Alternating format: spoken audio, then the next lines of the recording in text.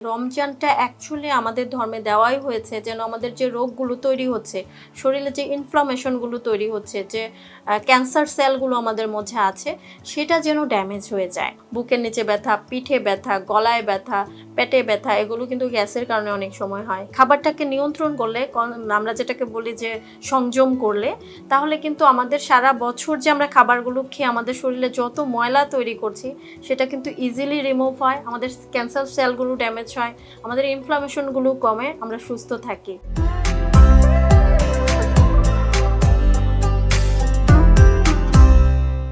একটা কথা কিন্তু আমাদের সবসময় থাকে, রমজান এসে গেলে হচ্ছে ভাজা পোড়ার একটা সয়লাভ হয়ে যায় পুরো মার্কেট, আর আমাদের জিহ্বাও কন্ট্রোল করা খুব ডিফিকাল্ট হয়ে যায়।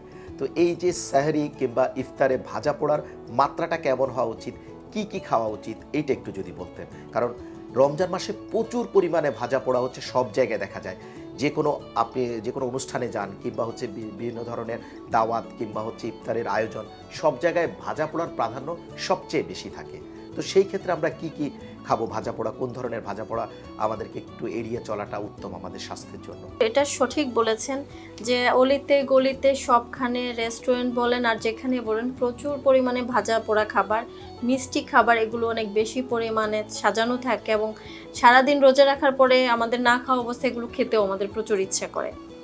আমি ডেলি খাওয়ার কথা সবাইকে নিষেধ করে দিই, কারণ ডেলি যখন এই জিনিসগুলোই আপনি খাবেন তখন আপনার বিভিন্ন রোগবালাই তৈরি হওয়ার প্রবণতাই বাড়ে।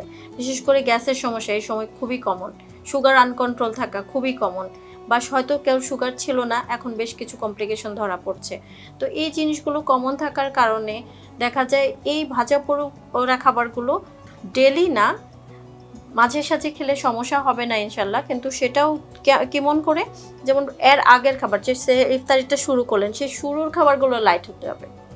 দেন খাবারগুলো শেষ করলেন, শুরুর খাবারগুলো এর আগেও বলেছি একটু দই চিড়া হতে পারে, পানি থেকে শুরু করবেন, খেজুর হতে পারে বা স্যুপ হতে পারে বা আদার্স ফ্রুটস হতে পারে, সালাদ টাইপের কিছু হতে পারে। খাওয়ার পরে আপনি 1-2 পিস ভাজা পোড়া নিলেন, খুব একটা প্রবলেম হবে না। আর তেলটাকে যতটুকু ওটা থেকে আপনি উঠিয়ে নিতে পারেন, প্রয়োজনে একটু টিস্যু দিয়ে তেলটা উঠিয়ে নেন, যেন আপনি খেলে আপনার প্রবলেম না হচ্ছে। কিন্তু প্রথমেই যদি আপনি ভাজা পোড়া থেকে শুরু করেন, আপনার গ্যাসের সমস্যা হবেই।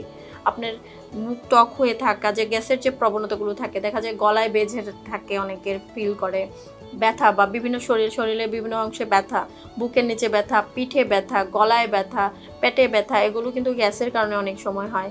দেখা যায় তাদের হজমটা পর্যাপ্ত হচ্ছে না, এই সমস্যাগুলো তৈরি হয়ে যায়। গ্যাসের প্রচুর প্রবলেম, গ্যাস্ট্রোইন্টেস্টাইনাল যে ট্র্যাকের যে চাপটা তৈরি হয় সেটা কিন্তু ন্যাচারালি হবে যে এতটুকু ভাজা পোড়া খেলে। মিষ্টি জাতীয় খাবারও সেম, দেখেন ডুবো তেলে ভাজা হচ্ছে জিনিসটা, সেই ডুবো তেলে যখন ভাজা হবে এটার মধ্যে ট্রান্সফ্যাট অনেক বেশি থাকে, যেটা আমাদের রোগবালাই তৈরির জন্য দায়ী। একটা সিম্পল জিনিস মনে করবেন, সারা বছর আমরা খাওয়ার পরে রমজানটা অ্যাকচুয়ালি আমাদের ধর্মে দেওয়াই হয়েছে যেন আমাদের যে রোগগুলো তৈরি হচ্ছে, শরীরে যে ইনফ্লামেশনগুলো তৈরি হচ্ছে, যে ক্যান্সার সেলগুলো আমাদের মধ্যে আছে, সেটা যেন ড্যামেজ হয়ে যায়।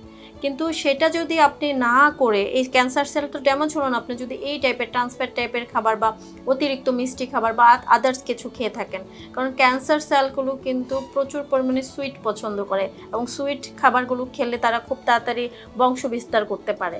তো এই সময় এই জিনিসগুলো কম খেলে, খাবারটাকে নিয়ন্ত্রণ করলে, আমরা যেটাকে বলি যে সংযম করলে, তাহলে কিন্তু আমাদের সারা বছর যে আমরা খাবারগুলো খেয়ে আমাদের শরীরে যত ময়লা তৈরি করছি সেটা কিন্তু ইজিলি রিমুভ হয়, আমাদের ক্যান্সার সেলগুলো ড্যামেজ হয়, আমাদের ইনফ্লামেশনগুলো কমে, আমরা সুস্থ থাকি। কিন্তু আমরা এটা কিছু করি না, আমরা অনেক বেশি খেয়ে ফেলি, তখন কিন্তু প্রবলেমটা উল্টা বেড়ে যায়।